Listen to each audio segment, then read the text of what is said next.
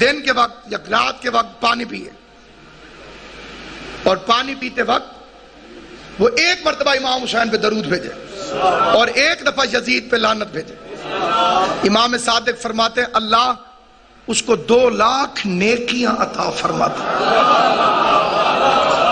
اور 2 لاکھ گناہ اس کے مٹاتا ہے۔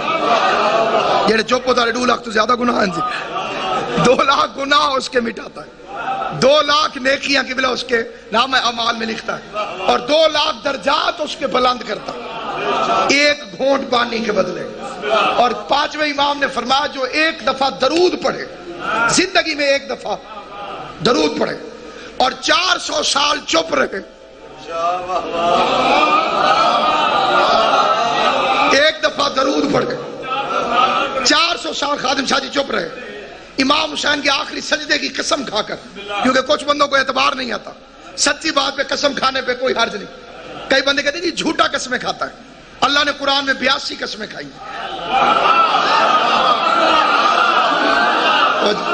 قرآن مجید میں اللہ نے 82 قسمیں مجھ سے دکھائی ہیں۔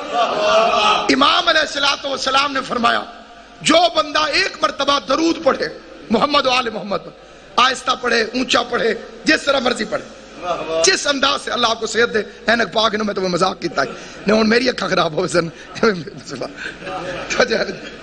جو بندہ ایک مرتبہ درود پڑھے امام حسین کے صدقہ صبح سے پہلے آپ ٹھیک ہوں گے جی، ٹھیک۔ جو بندہ آل محمد پر درود بھیجے، ایک مرتبہ درود بھیجے، قرآن مجید کی قسم کھا کے کہتے ہیں۔ 5ویں امام نے فرمایا درود بھیجنے کے بعد 400 سال چپ رہے،